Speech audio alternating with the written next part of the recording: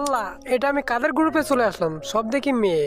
আমি মনে হয় ভুল গ্রুপে চলে আসছি। জায়গা আমি আবার অ্যাড দিতেছে। যাই, ওদের বলে আসি আমি খেলবো না। কি রে, তুই বের হয়ে গেলি কেন? না মানে আপু, তোমরা তো 3টা মেয়ে, আমি তোমাদের সঙ্গে খেললে কেমন একটা হয়ে যায় না?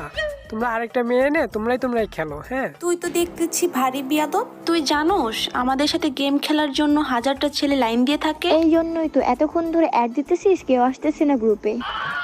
হাত অহনা, তুই চুপ থাক। এত বেশি কথা বলিস কেন? বড়দের ভিতরে ছোটরা কথা বলতে নেই, জানোস না? দে আবির, রেডি দে, ম্যাচ খেলি। না আপু, আমি 3টা মেয়ের সঙ্গে খেলবো না। 3টা মেয়ের সঙ্গে খেলবি না তো একটা মেয়ের সঙ্গে খেলবি?